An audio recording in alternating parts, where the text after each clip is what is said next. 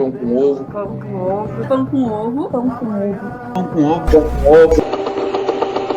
Pão com ovo, a Ágora da Democracia na internet. Buenas noches, comunidade Pão com Ovo. Estamos aqui ao vivo da nossa Ágora da Democracia, Pão com Ovo, né? Essa inusitada aventura cibernética. Estamos aqui, então, para esse debate, mais um debate da nossa Ágora da Democracia, super importante. De imediato vou passar aqui, a Maria do Carmo já está aqui, a Cibele já está aqui, a Regina, nossa deusa, nossa louca, nossa feiticeira e a nossa vacinada, olha só que legal, ela e o presidente Lula parece que já estão vacinados e com isso a gente tem uma grande vantagem contra esse genocida que não quer ser chamado de genocida. Mas antes de passar para a Regina Abraão, para as nossas convidadas que estão aqui para debater, afinal de contas, essa pergunta que não quer calar, combater a crise é coisa de mulher. Vamos debater isso agora, mas antes, lembrar das nossas parcerias, porque nós não andamos sozinhos, não mexe com a gente, porque a gente não anda sozinho, a gente anda com você que está aí, e está com a gente sempre comentando, curtindo, compartilhando, você que é super importante, e também com o Bloco da Diversidade, Rádio Com Pelotas, nas ondas livres da 104.5 FM de Pelotas, e também no Twitter, Facebook, YouTube. Um abraço nosso querido Fábio Rosário, Portal Vermelho, a esquerda bem informada, Brasil de Fato RS, um abraço, Kátia Marco, Sacada Cultural, do nosso querido Danilo Nunes. Todas as quintas estamos aqui também com o programa especial do Danilo Nunes, e vamos falar dele logo na sequência. Associação Cultural José Martí, Canal Pororoca e Fundação Maurício Grabois. Um abraço, Raul Carrion. Lembrando também que estamos com programação com os nossos parceiros. Segunda-feira tem sempre uma programação da José Martí. Terças teremos canal Pororoca na página do Facebook, onde você nos assiste aqui também, também YouTube, e teremos nas quintas a Sacada Cultural, e nos domingos, boa noite, Fátima Teixeira, sempre com a gente, nos domingos temos Pedro Munhoz, também fazendo o seu repertório artístico de alta qualidade aqui na nossa página do Facebook.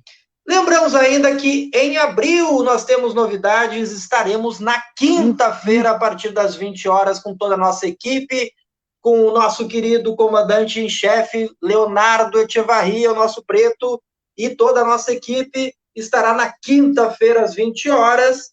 O próximo programa eu falo na sequência, porque já falei demais, e agora passo para ela, a nossa deusa, nossa louca, nossa feiticeira vacinada, Regina Abraão. Tudo contigo, Regina.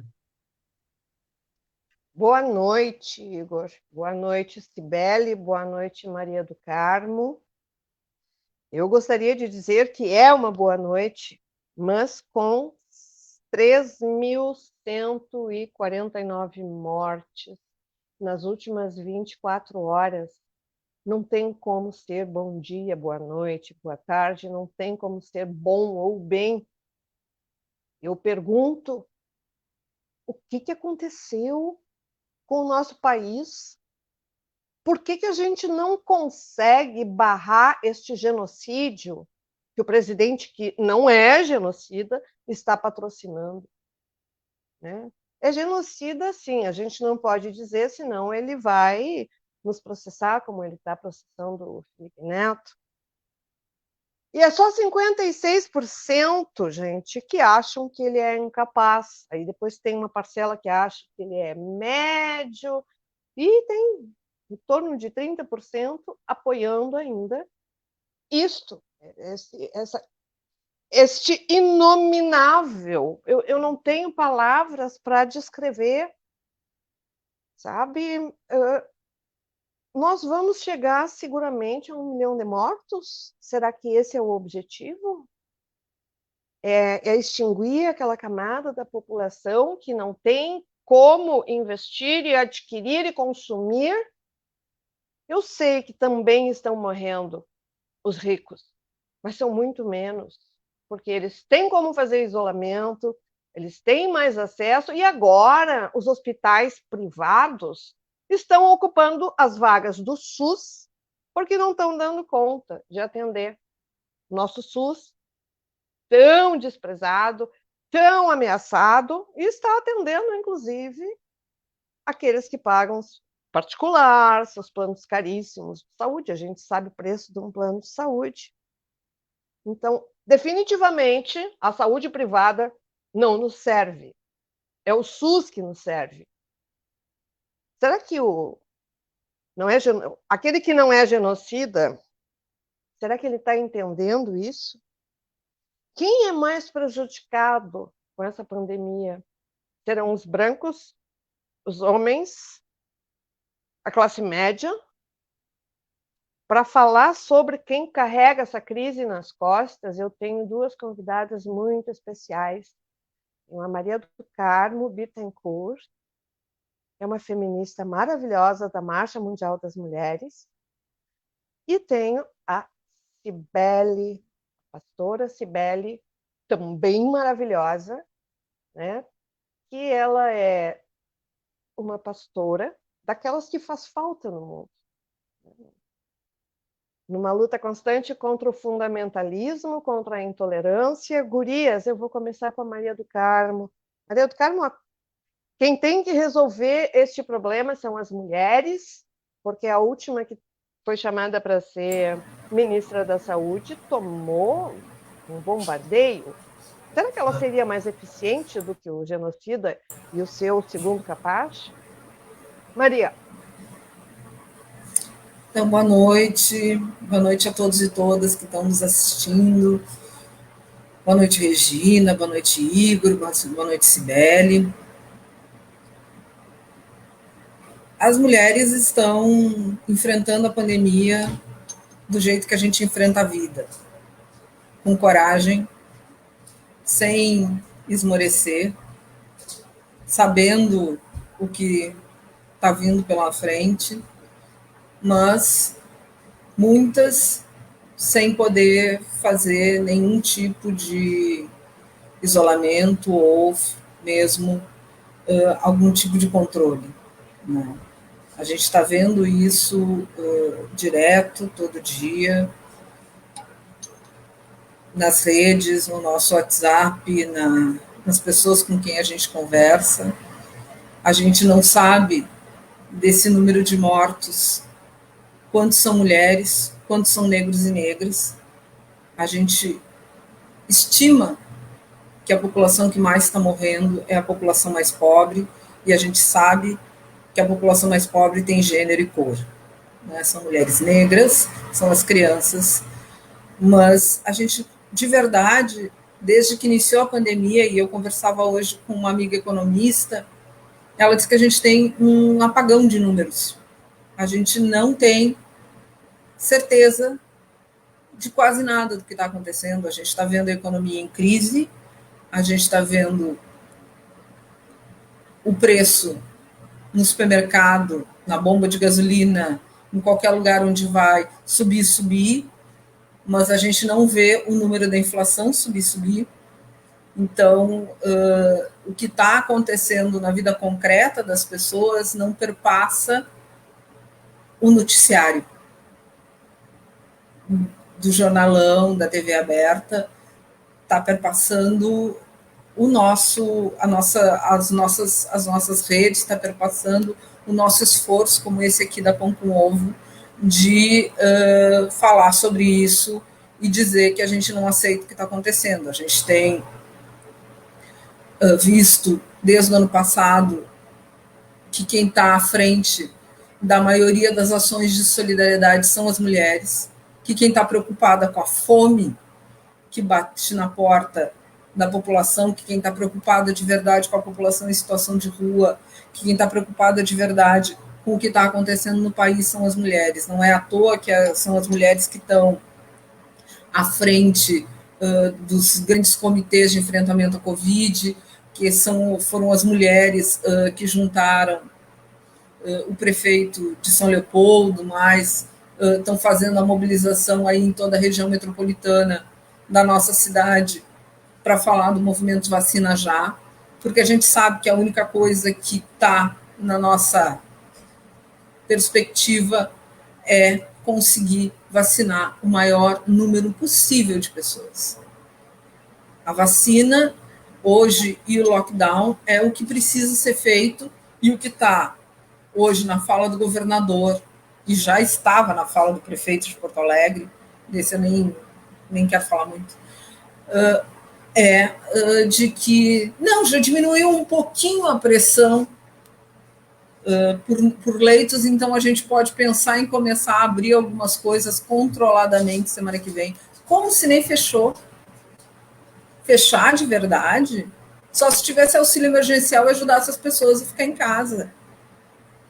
Isso não aconteceu no Brasil, isso não aconteceu nesse último chamado aí Bandeira Preta, a gente não viu, a gente está vendo uma pressão desmesurada de gente que não liga para a própria vida, nem para a vida dos outros, e para mim esses 30%, 25%, o número depende aí da pesquisa de opinião que apoia o Bolsonaro, é um grupo de gente que não está, é fascista, não está preocupado nem com a própria vida, quanto mais com a vida dos outros. Esse pedaço da população que a gente gostaria de isolar e de resetar, para que as coisas começassem de novo. Porque não é possível mais pensar que alguém olhe esse número de mortos, que alguém fique sabendo de quantas pessoas estão morrendo todo dia e não pense na quantidade dessas pessoas que eram evitáveis, de mortes evitáveis. A gente sabia que a gente ia ter morte, mas a gente podia ter evitado muitas mortes. A gente teve um ano para se preparar para isso, enquanto país, enquanto Estado, enquanto cidade, e não fez o tema de casa, não comprou vacina, não conscientizou a população do uso de máscara, não está discutindo quais são as melhores máscaras, quais as máscaras que protegem e que não protegem. Não fez o tema de casa e as pessoas estão anestesiadas já. Muita gente está revoltada e tem um outro grupo que diz: eu preciso comer, eu preciso ir para a rua para alimentar meus filhos e eu vou fazer isso. Então está enfrentando a morte com a cara que enfrentou a vida, né? Na coragem, sabendo do que precisa e sem nenhuma rede de apoio por parte do governo. Sem vacina, sem auxílio emergencial, sem apoio para as pequenas empresas e essa rede de pequenos comércios que precisaria estar sendo ajudada, porque a economia está em crise. Então, a gente está muito, muito mal e vendo que, pelo mundo, quem foram os países, as prefeituras que melhor enfrentaram a crise. Esse número aparece com muita força no final do ano. Foram as mulheres que melhor enfrentaram a crise e a gente aqui em Porto Alegre, no Brasil, resolveu impeachment uma mulher e não eleger mulheres. Porque a gente elegeu algumas mulheres valorosas para as câmaras de vereadores, aumentamos o número em 2% do número geral de mulheres eleitas no Brasil, mas, de qualquer jeito, para os cargos de decisão em que tem a caneta, a gente não elegeu mulheres. Então, nós estamos ainda numa sociedade que não reconhece quem é que cuida, quem é que sustenta essa sociedade, que somos nós. Porque o nosso trabalho invisível, o nosso trabalho que não é contado como trabalho, é que mantém a sociedade capitalista girando. Né? Muito bom, Maria. Muito bom e muito triste. Antes de chamar pessoas que estão aqui, né, conosco, eu quero só relatar que em Olímpia, na cidade de São Paulo, uma cidade de São Paulo, o jornalista José Arantes teve a sua casa, o seu jornal e quase que a sua casa incendiados. Ainda não se apurou a responsabilidade, mas ele estava sofrendo ameaças constantes em função da defesa, no pequeno jornal que ele tem na cidade, do uso da máscara, do distanciamento e da vacina. Ele sofreu uma série de ameaças por estar tumultuando, exigindo coisas ridículas, né? Não defendendo o kit Covid. E ele teve seu jornal queimado. E vamos ver como é que vai ficar isso, se vai aparecer um responsável. Então, toda a nossa solidariedade ao jornalista José Arantes, da cidade de Olímpia, de São Paulo. Dando uma boa noite, então, para a Aline Rodrigues, para o Walter Oliveira, nosso pão com ovo. Leonardo Preto, querido, que está conosco na técnica. A Joana Martins, a Fátima Rodrigues. Né? E antes de chamar a Cibele, eu quero perguntar, Cibele, por que será que a gente não tem um protocolo para casos de internação? Parece que agora este ministro escolhido pela família do presidente disse que seria importante, né, ter um protocolo depois de ser bombardeado, por dizer que ele vai continuar fazendo o trabalho do Pesadelo, aliás, desculpa, Pazuello. Ou seja, nada. Né? Cibele, vamos falar então, voltar ao tema que são nós mulheres enfrentando esta coisa toda. Por favor, pastora. Obrigada, boa noite, Regina, Igor, Maria e as pessoas que estão aí todos os dias comprometidas com esses espaços de debate e espaços também que nos fortalecem nesses dias tão tenebrosos, né?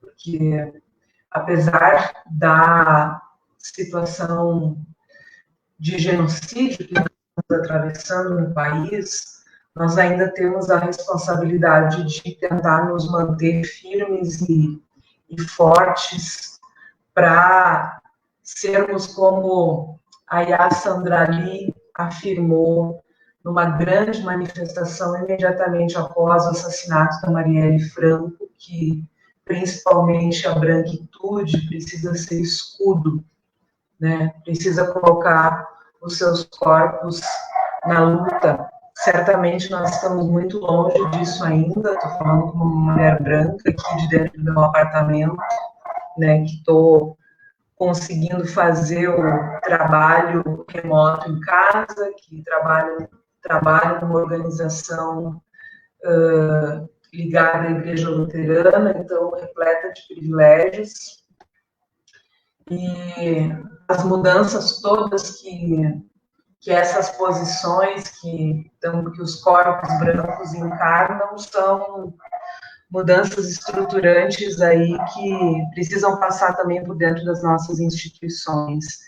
E uma forma de passar por dentro das nossas instituições é ter uma atuação de enfrentamento, né, à política genocida deste governo, que está encarnada aí na figura do seu presidente e de suas ministras e ministros, né, o impeachment, por exemplo, que muitas pessoas e organizações se envolveram nesses últimos anos, precisa afetar todo esse governo, né? Todo esse governo é responsável pela ampliação de todas as formas de violência contra as mulheres negras, quilombolas, ribeirinhas, benzedeiras, as mulheres urbanas, as mulheres rurais, as mulheres que estão aí representando povos e comunidades tradicionais e que são extremamente afetadas por essa violência estatal,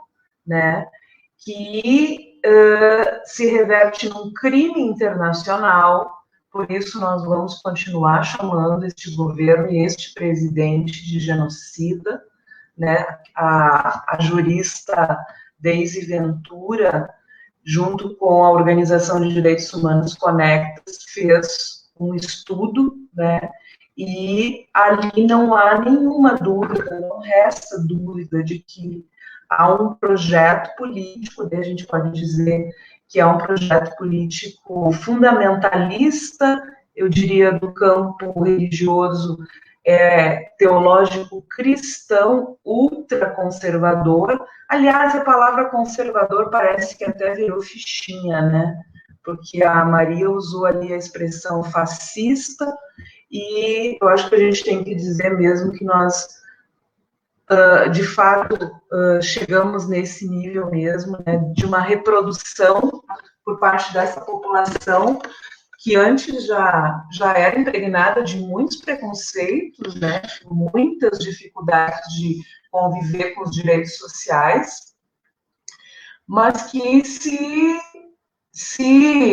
tem se colocado mesmo, né, reafirmando essas atitudes e esses comportamentos aí antidireitos, antipolíticas, antifortalecimento do papel do Estado, né, e utilizando aí discursos religiosos para fazer o Estado brasileiro funcionar como um Estado mínimo, né, um Estado aí encharcado de valores religiosos cristãos, né, para esvaziar políticas públicas. Eu não tenho dúvida do quanto, por exemplo, tem avançado a ideia do homeschooling aí defendida pela ministra e por esse governo, né? Podemos ter certeza que essa proposta aí, fundamentada na criação dessa falácia da ideologia de gênero, que é uma criação que vem lá do Vaticano, né? Essa expressão foi cunhada lá dentro do Vaticano e se espraiou, né, pela Europa, pela América Latina, e veio aqui também para o Brasil muito fortemente na jornada da juventude. Tem aí um aprofundamento muito intenso nessa pandemia, né? Está colocando, né, muitas mulheres no processo de subserviência, de servidão, né, para uma educação doméstica, conservadora, né, isolada. Eu fico pensando, né, a quantidade de mulheres que, nesse momento no país, estão vivendo sem nenhuma comunicação externa, né? Nós temos falado tanto das lives, do espaço digital, e, de fato, tem uma questão bem importante aí no espaço digital, né? Se nós pensarmos também de uma forma afirmativa, reconhecendo quantas mulheres, né, estão conseguindo hoje participar de uma reunião, de uma articulação, enquanto cozinham, enquanto cuidam de filho, enquanto fazem mil coisas, porque essa possibilidade, né, da internet, do espaço digital, está sendo politizada e está sendo também articulada por muitos grupos de mulheres, né? Então, acho que um desafio muito grande é chegar naqueles lugares onde as mulheres estão completamente ainda isoladas, né, e subjugadas ao negacionismo, ao fundamentalismo, ao discurso de ódio, às fake news, né? Então, eu acho também que, no campo dos direitos das mulheres, nós temos um enorme retrocesso, né, com a Câmara, né, com as comissões que foram recentemente aí fechadas, né. A eleição ali da deputada federal bolsonarista, da Bia Kicis, que é uma deputada aí conhecida pelo crime de fake news, né, é uma eleição, uma eleição muito bem pensada, né? Ela foi colocada ali nesse lugar, nessa comissão, uma das comissões mais importantes da Câmara, para atacar e para responder essa base fundamentalista cristã, né, que atua negociando a pauta dos direitos sexuais e reprodutivos. Então, ela vai ter na mão muitos projetos tramitando, né, de campos conservadores, né, e que atacam aí os direitos sexuais e reprodutivos, né, e atacam o movimento feminista. Então, e eu acho que a eleição foi no dia 10 de março, né, então, assim, a gente virou o 8 de março, esse mês todo de março, que esse ano, todos os anos, mas esse ano é muito, muito duro, né, e também muito importante, porque promoveu muitas articulações, porque promoveu aí processos de debates profundos de como nós vamos continuar, né, fortalecendo essas mulheres, como disse a Maria, que são as lideranças que estão aí cultivando, né, que são as guardiãs da solidariedade, né, para as pessoas que não têm religião ou que não têm nenhuma vinculação religiosa.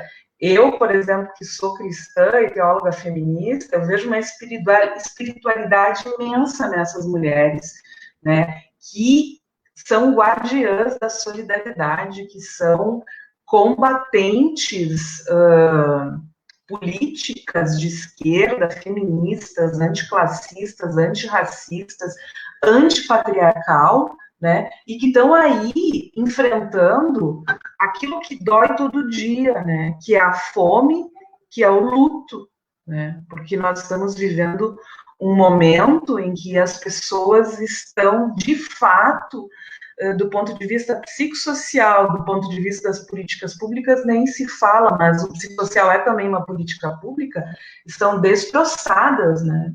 E o que nós vamos fazer?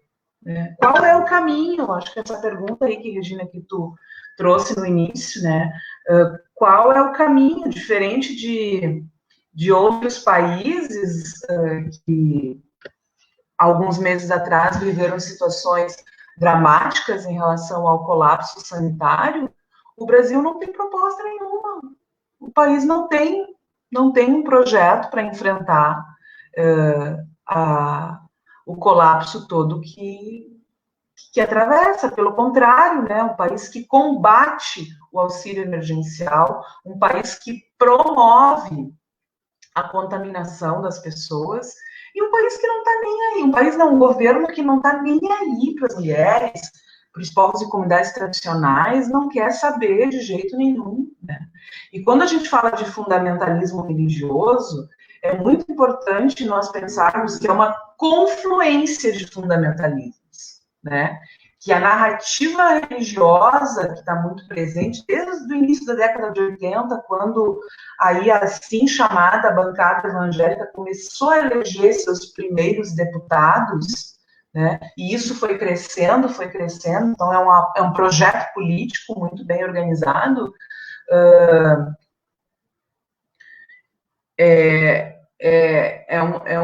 É um caminho, assim, de enfrentamentos muito difíceis, né? E entender que isso é mesmo um projeto político em que vários fundamentalismos confluem, né? Então, a gente fala das bancadas, né? Mas a gente precisa olhar para outros espaços também, além da igreja, onde essa narrativa funciona muito na manutenção do negacionismo, muito na manutenção da desinformação fanática. E o governo sabe potencializar isso de uma forma impressionante, porque utiliza a mídia, né, para fazer tudo isso.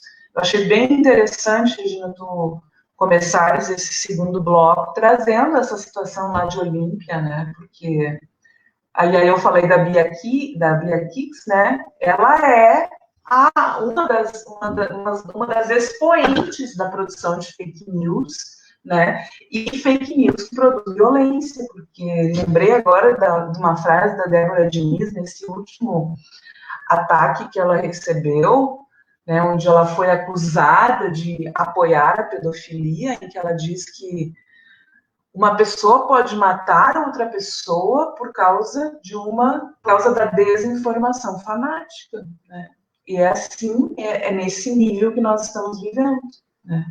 Então é muito grave e eu acho que a gente precisa fazer sempre uma análise permanente, colocar o papel da religião nessa análise e fortalecer muito as mulheres, o papel das instituições, como a Fundação, como outras, né, estar numa articulação de apoio permanente aos movimentos sociais, principalmente, né, ao movimento de mulheres e ao movimento negro, né? Agora, no enfrentamento aí da fome, então tem a Coalizão Negra por Direitos está fazendo uma grande articulação nacional, né, que eu acho que é fantástica, junto com a outra campanha da renda básica, né, e junto com isso tratando desses temas todos.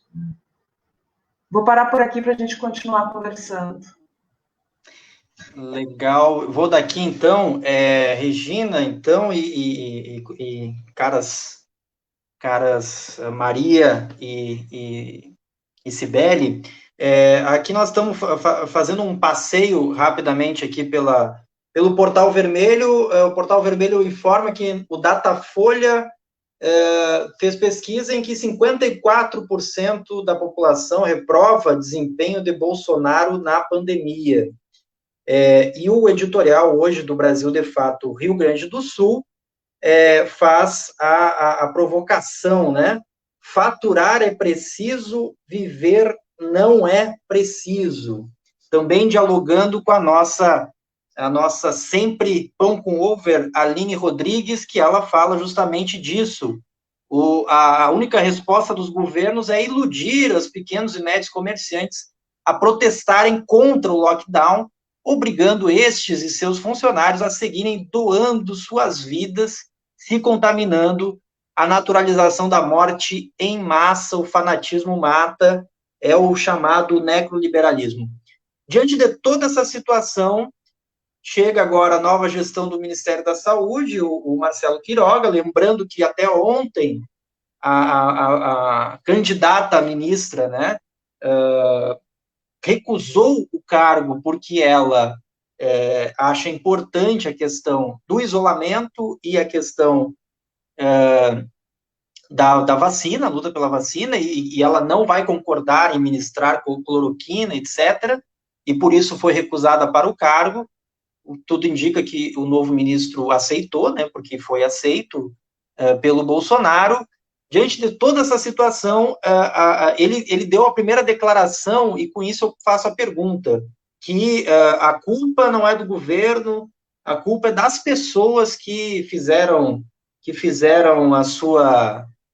fizeram festa, se aglomeraram, não usaram máscara. A culpa é das pessoas. O governo não pode fazer nada, quem tem que fazer são as pessoas. Isso me lembra a Margaret Thatcher, que ela dizia que não existe governo, existem pessoas, existem indivíduos e famílias. É um projeto neoliberal jogar a culpa nas pessoas, e principalmente nas mulheres, pelo cuidado com a vida, e se a vida não existe, a culpa é das pessoas, e principalmente das mulheres. Lembrando que uma das primeiras que morreu no país, no Rio de Janeiro, foi uma empregada doméstica, né,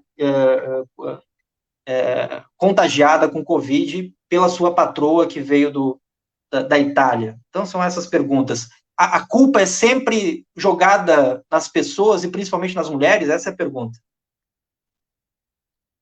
Bom, Maria agora, né, já que foi a Cibele, pedi para a Maria falar. Não sei se a Regina quer comentar alguma coisa.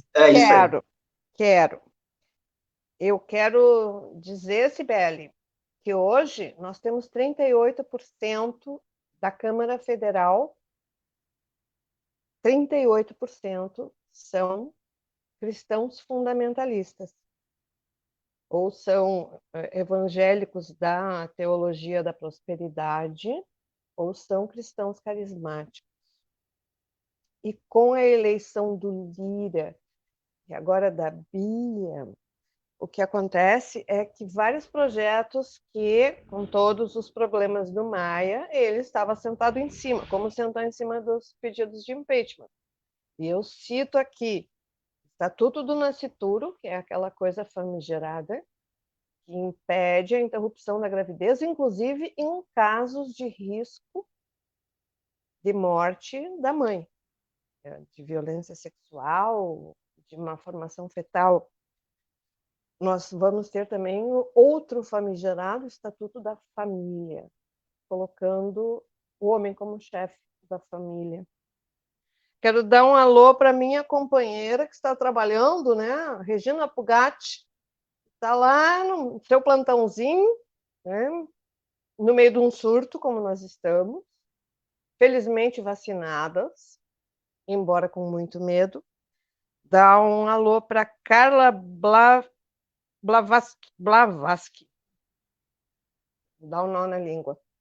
Mas então, para passar para Maria, eu quero perguntar, Maria, a gente está pedindo muito a suspensão das aulas presenciais e nenhum ser que tenha um mínimo de bom senso vai querer que seus filhos vão para a escola. Os professores reclamam, porque tem muito professor que também é grupo de risco e que vai ter que trabalhar. E é impossível, e eu sei, porque trabalho com uma clientela parecida, é impossível tu dominar e manter protocolo com crianças. E aí a gente vê, então, ao mesmo tempo em que os governos não abrem mão do ensino presencial, e aí tem que chegar na justiça, e tem professores fazendo um enfrentamento muito grande, cresce hoje o movimento pedindo que a educação seja domiciliar. Maria, nesta conjuntura, é uma coisa. Nas outras conjunturas, num outro momento, vamos dizer, e eu quero acreditar que em algum momento a gente vai se livrar da pandemia, a quem vai caber o ensino domiciliar? As mulheres? Então, me fala um pouco o que cabe às mulheres, todas essas tarefas que a mulher realiza e que mantém a sociedade girando, que mantém a exploração, que mantém a dupla jornada, a tripla jornada. O que as mulheres estão sendo obrigadas a fazer? E já emendo a pergunta, como é que a gente vai barrar esse projeto genocida, porque isso tem que acabar, ou acaba o país? O que nós temos para fazer, Maria? Só antes da Maria falar, mandar um abraço também para o Gerson Rocha, Mário Barbosa e Carla Blaskovski, né? Só falando o sobrenome correto lá, nossa grande liderança lá, grande Carla Blaskovski. E daqui a pouquinho a gente vai falar uma novidade aí, depois da fala das meninas, tem novidade aí, e vamos manter esse debate aí que tá maravilhoso. Então, eu vou tentar dar algumas pinceladas aí, porque a pergunta de vocês é muito grande, né? Na realidade, algumas coisas, assim, o homeschooling, vamos começar pelo fim, né? Pela última pergunta, não tão última. O homeschooling. O homeschooling não é um projeto isolado, né? A Cibele já deu essa pista. O homeschooling é um projeto que vem junto com o desmonte da educação pública, vem junto com inclusive a retirada de direitos das crianças. Porque a gente tem no Estatuto da Criança e do Adolescente a escola e a socialização comunitária como direito estabelecido. E colocar o homeschooling e dizer que não, mas a gente vai controlar, fazer prova e tem um monte de artifícios, ele, quando chega, esse projeto está tramitando na Assembleia. E quando chega na Assembleia Legislativa, e ele não está tramitando só aqui na nossa Assembleia, ele está tramitando em assembleias e câmaras de vereadores pelo Brasil inteiro. Ele, quando chega nos parlamentos estaduais, principalmente, ele não chega desacompanhado do movimento de volta às aulas, com ou sem vacina, de qualquer jeito.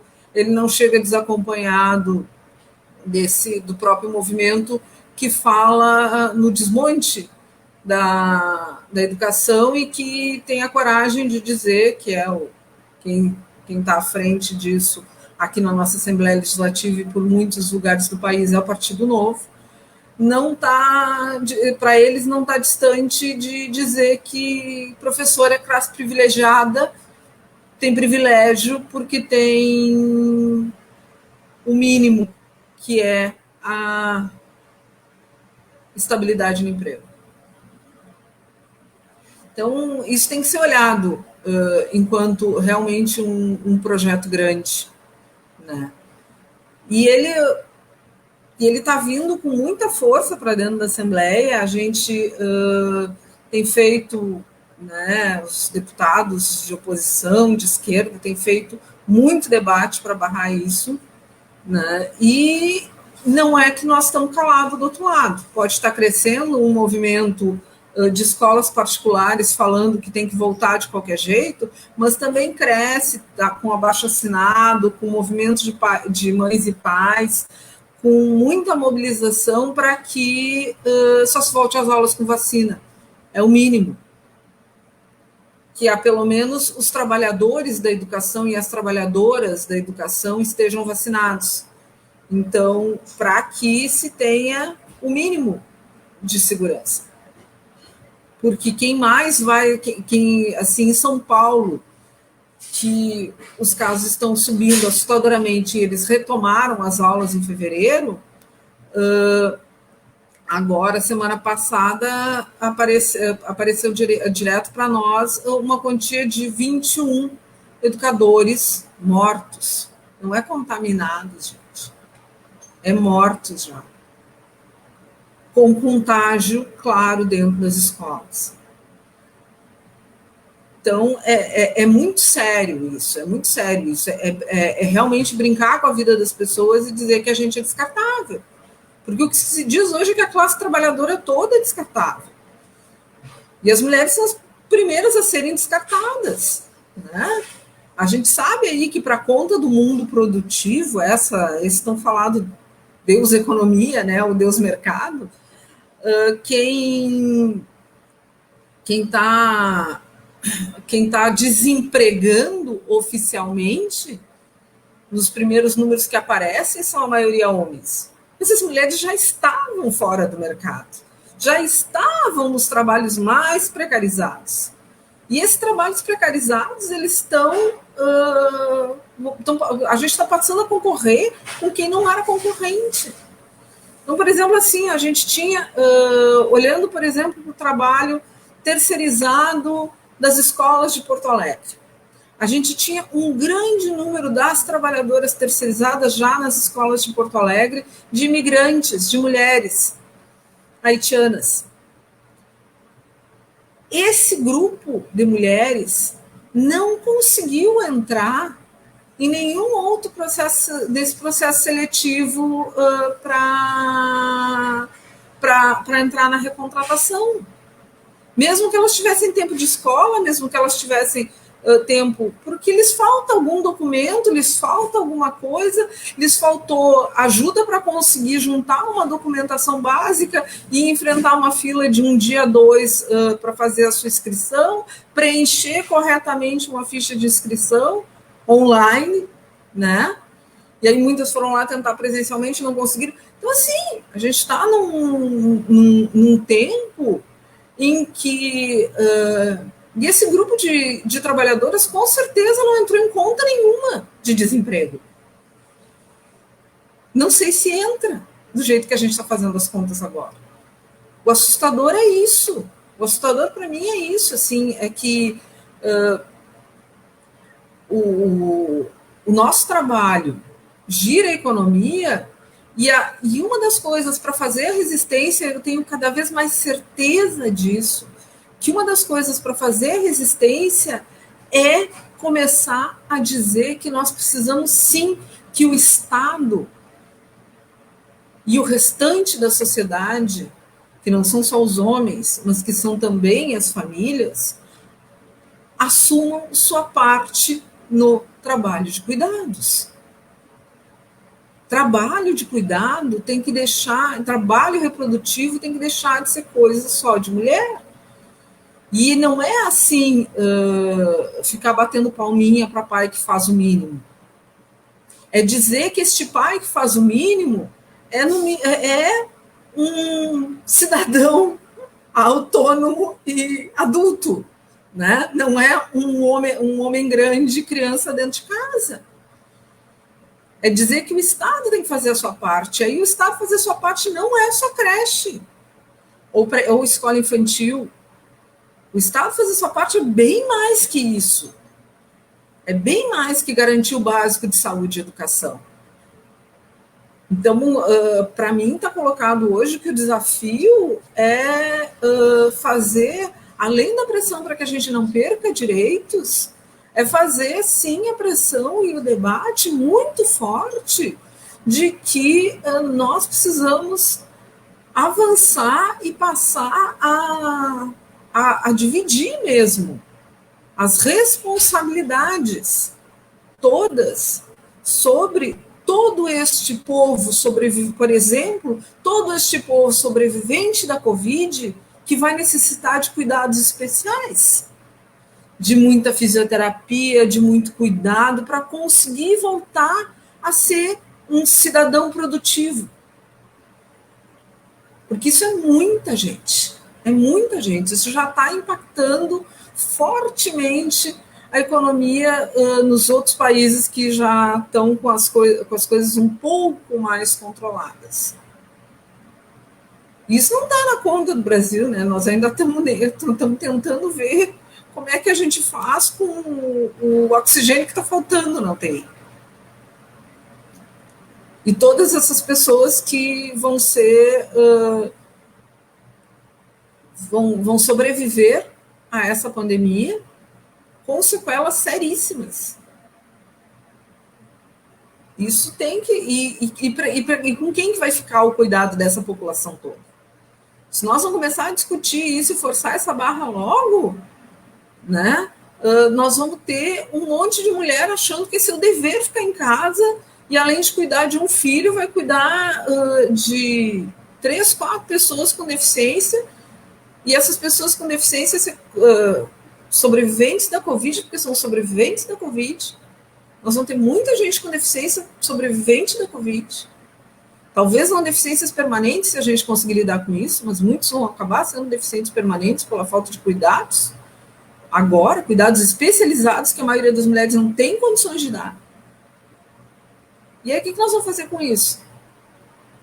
Nós temos que forçar a barra para que o SUS consiga dar conta disso e que nós consigamos dividir esses cuidados, e o Estado tem que fazer a sua parte. O Estado não está fazendo o seu mínimo de salvar vidas, quanto mais cuidar delas. E aí isso a gente sabe no colo de quem que historicamente recai, né? E isso é muito grave. Nós vamos perder muita mente, muita força produtiva, e inclusive força de militância também para isso. Isso tem que nos preocupar a partir de agora, porque nós precisamos apontar isso com muita força. E para mim, o que está no nosso horizonte próximo é vacina já e lockdown. E aí, quando a gente conseguir isso, a gente tem que começar a discutir como é que nós vamos sim dividir os cuidados. Como é que nós vamos sim dividir e responsabilizar a sociedade inteira pela reprodução da vida. E não só uma parte dela. Que é isso que está colocado para nós hoje.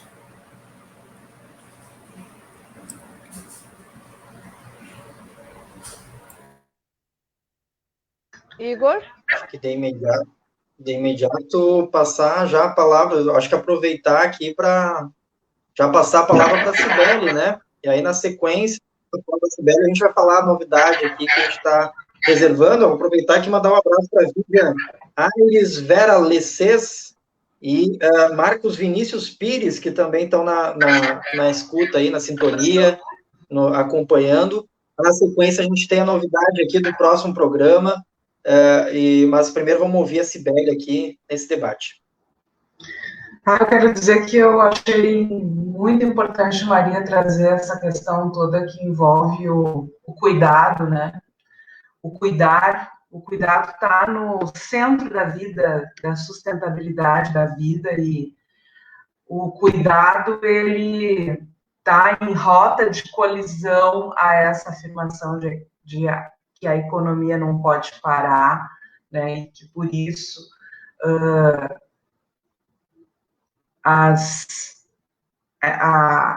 nós sempre teremos aí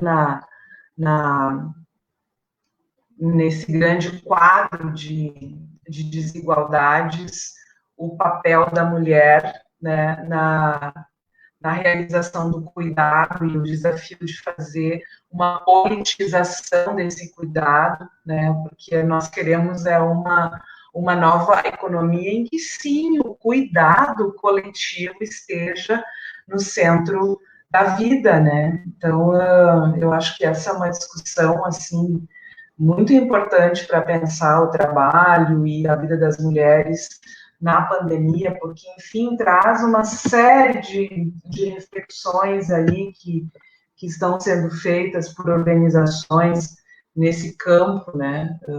Discutir isso é uma questão de vida e morte, né?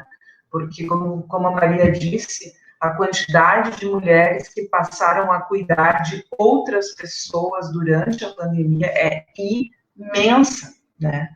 Então, os números aí são muito altos. E o que significa isso em termos de situações psicossociais muito intensas e, ao mesmo tempo, o que significa isso, né, no sentido de que esse trabalho das mulheres tem garantido a vida de muitas pessoas, né, muitas vezes em detrimento da vida delas. O que nós queremos é que o cuidado esteja no centro da vida como uma política pública que seja coletiva e que as mulheres não tenham que entregar seus corpos em sacrifício, numa perspectiva capitalista e patriarcal, né, de que esse cuidado é uma obrigação ou faz parte da natureza da vida das mulheres e por isso elas são super exploradas, porque o cuidado do ponto de vista político, ele é central para a sustentabilidade da vida e para uma nova economia, né? Eu acho que essa é uma discussão, assim, que já dá uma outra live, né, Maria, Regina e Igor. Eu queria também falar um pouco sobre essa questão que o Igor trouxe sobre a culpabilização. De novo, nós estamos diante de uma narrativa em que as vítimas são culpadas. É uma narrativa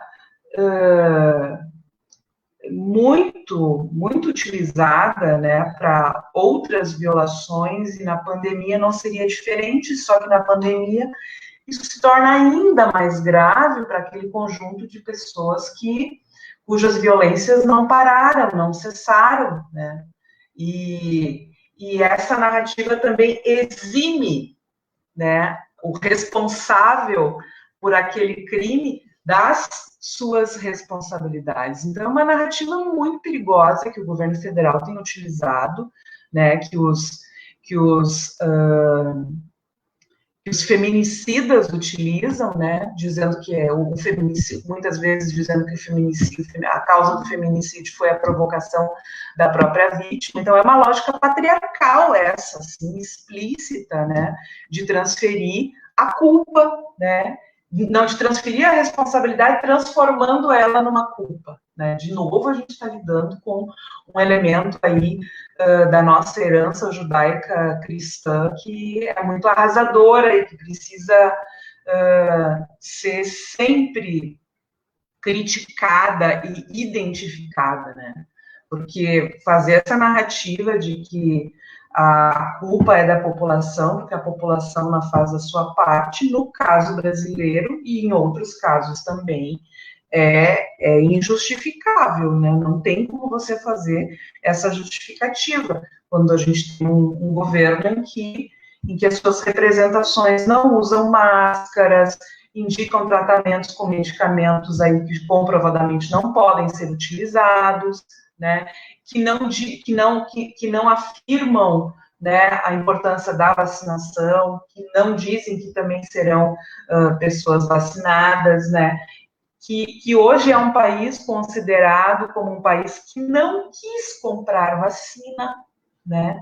E aí culpabilizar a população é uma narrativa patriarcal muito explícita, né? Que é, de novo, culpar a vítima, né? A culpa é da vítima, a culpa é da mulher, né? Então, eu acho que é bem importante a gente conseguir olhar para essa questão e virar a mesa, né? Virar a mesa é olhar para o governo e apontar a sua responsabilidade e interditar esse governo. Eu penso que nessas últimas semanas, algumas articulações ou alguns debates mais intensos ou mais articulados em nível nacional vieram à tona, né, como essa proposta de criar um gabinete de crise humanitária, né, em que a sociedade civil precisa ter muita força para pressionar o STF, né, para provocar uma interdição dentro do Ministério da Saúde e das próprias prerrogativas do presidente, né, para que a gente consiga nomear, a Câmara consiga nomear uma comissão de crise, e essa é uma perspectiva, é uma possibilidade que existe na Constituição. Então, nós precisamos mesmo pensar muito numa articulação para parar esse projeto político de morte. É sustentado, né, nessas narrativas aí, né, de que a culpa é da população, que a população não faz a sua parte, né, e o governo que fica se explicando, o ministro da Economia que fica aí atendendo aos interesses dos bancos, né, que precisa também ser responsabilizado, assim como o ministro do Meio Ambiente, o ministro da Saúde, né, a gente de fato, nós precisamos de fato pensar, né, numa articulação que tenha mais efeito. E eu escutei isso em algum lugar esses dias, né, que a neurociência também nos ajuda muito nesse momento, né, então essa caracterização deste governo como um governo psicopata, uma família de psicopatas, é muito real, né, e psicopatas são pessoas e estruturas perversas e, ao mesmo tempo, covardes, né, que receiam muito sobre a sua imagem. E, nesse sentido, a pressão internacional é muito importante, né? E a gente eu acredito que a gente precisa insistir nesse caminho.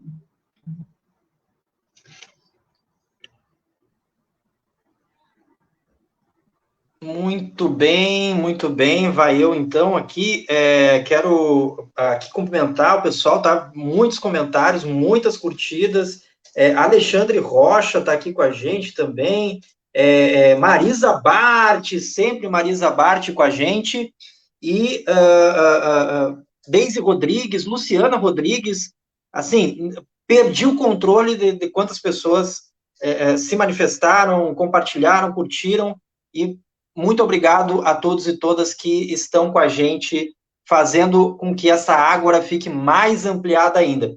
Eu falei da novidade, vou falar agora, vou parar de suspense. Novidade próximo programa, nós teremos a presença de José Dirceu, né, o Zé Dirceu, o antigo ministro, né, dos saudosos, dos tempos bons, né, tempos em que éramos roubados e o gás de cozinha era barato, né, enfim, a gasolina era barata, enfim, que tinha campanha de vacinação feita pelo Ministério e tal.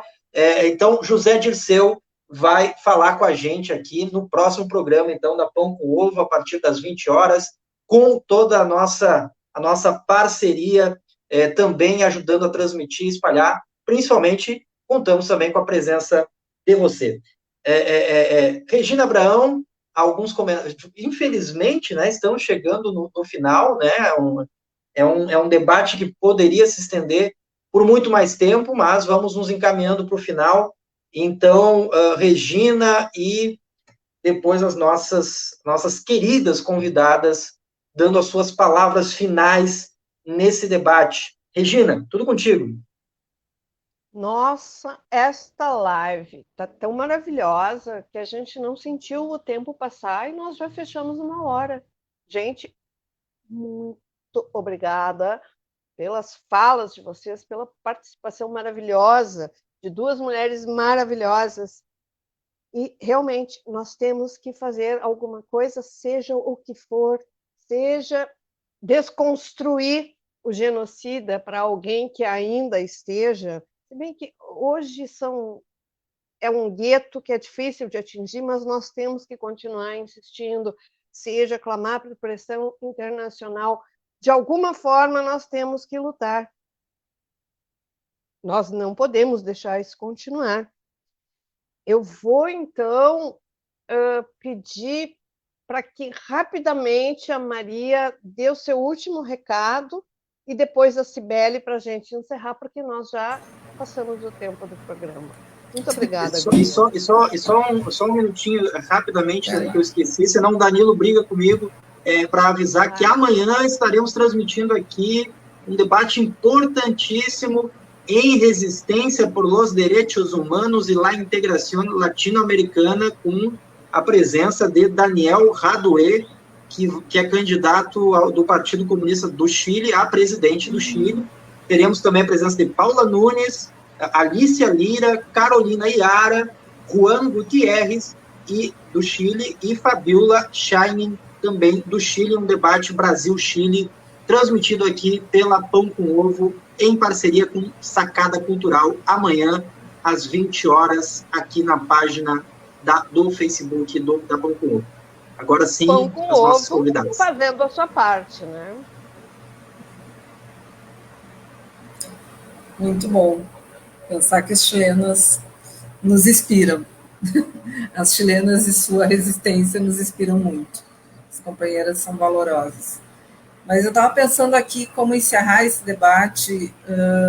Eu acho que é chamar as pessoas a fazer a sua parte de forma coletiva, né? Então vamos romper com o individualismo, né, fundamentalista, patriarcal, esse que querem dizer que tanto a culpa quanto a solução é individual, e a gente sabe que a solução é coletiva. Então, eu acho que está na hora de que quem nos assistiu ou nos assistirá pense em se organizar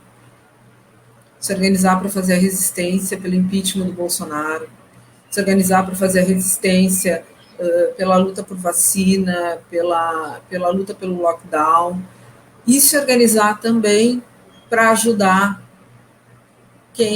para repartir, não é ajudar. Não, vamos refazer a frase porque, né, a frase me errada. Se organizar para repartir os cuidados. Repartir os cuidados dentro da sua casa, repartir os cuidados no lugar onde você trabalha,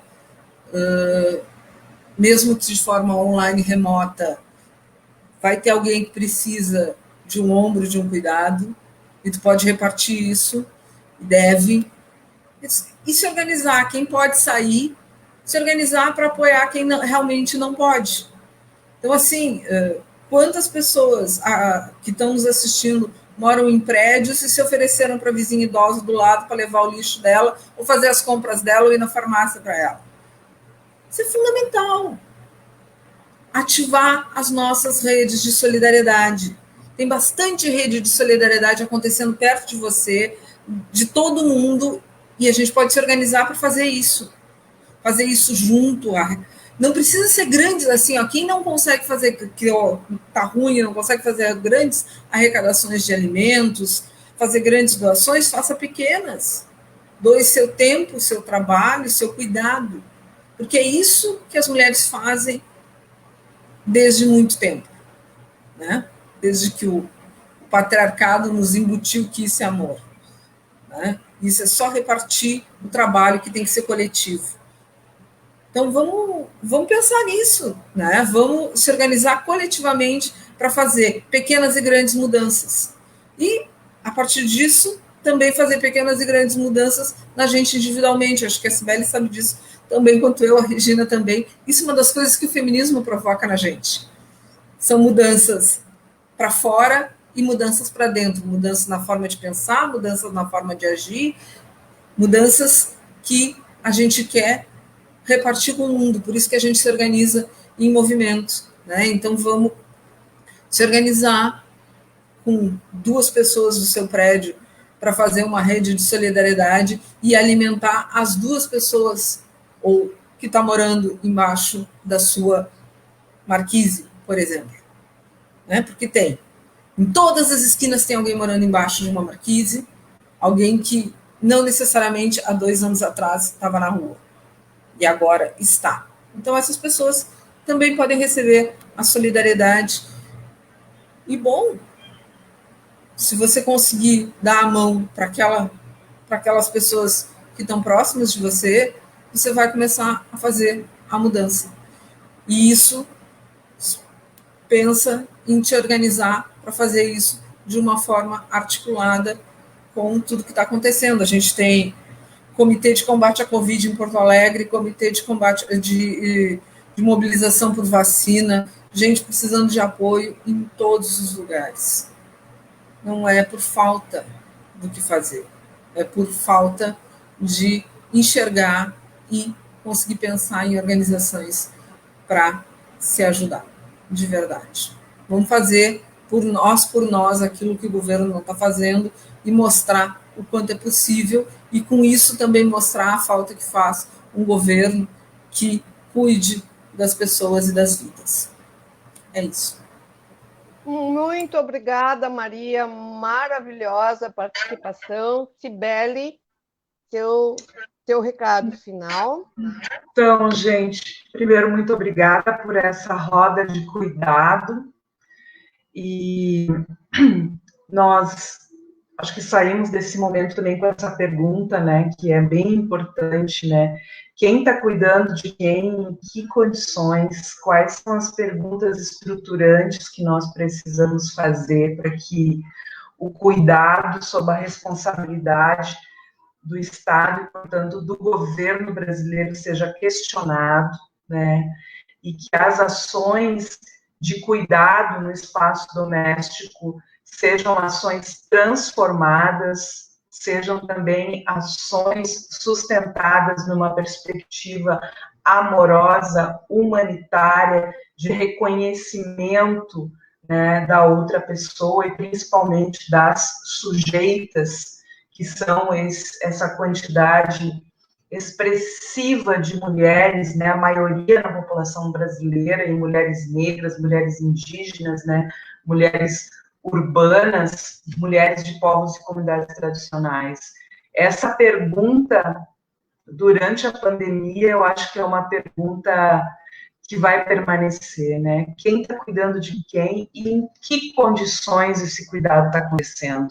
E apoiar sempre as mulheres e os coletivos que estão fazendo cuidado, que estão reconstruindo a solidariedade, que são guardiãs de direitos e que estão também colocando suas vidas e seus corpos e suas vozes, né, suas bocas que não se calam diante dos fundamentalismos e das violências, para afirmar que o cuidado é uma política pública. Então, eu quero terminar dessa forma, né, reforçando esse tema que foi trazido pela Maria e dizendo também da importância, né, de pensar mesmo uma articulação nacional para interditar o Ministério da Saúde, para interditar esse governo. Todos os pedidos de impeachment, eu acho que cumprem um papel muito importante, né, do ponto de vista político. Agora a gente precisa avançar, né, e fazer corajosamente essa articulação para criar um gabinete mesmo de crise humanitária, porque este governo, né, ele já provou que não quer, né, e que tem um projeto político, né, de genocídio. Então, seguimos cuidando uma das outras. Eu deixo um abraço também muito amoroso para as pessoas que estão de luto, que estão sofrendo aí perdas de pessoas próximas. É muito doloroso, é um luto e é uma luta. Então, um abraço amoroso, especialmente para essas companheiras e esses companheiros. Obrigada.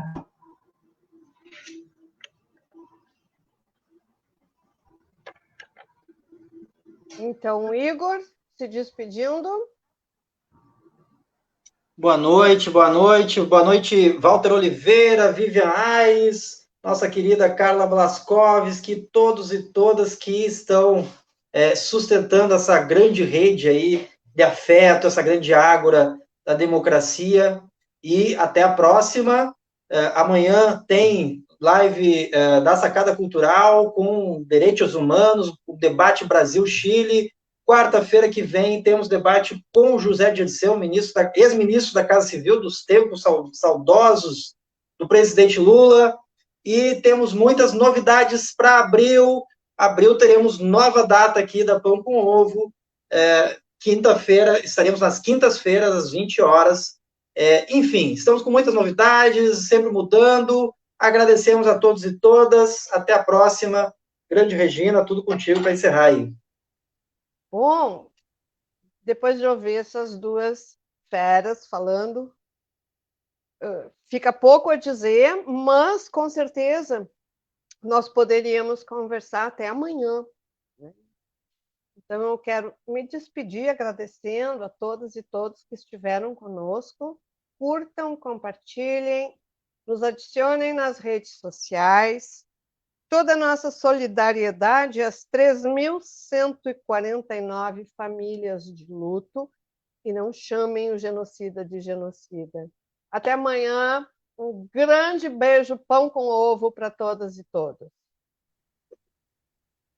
Pão com ovo, vacina já, auxílio emergencial já e pão com ovo. Vamos, toca a vinheta. Tchau, Bolsonaro tchau. genocida.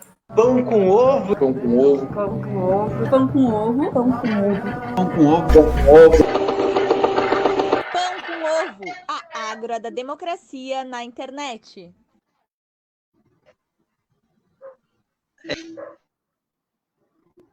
Obrigada. Tchau, Maria.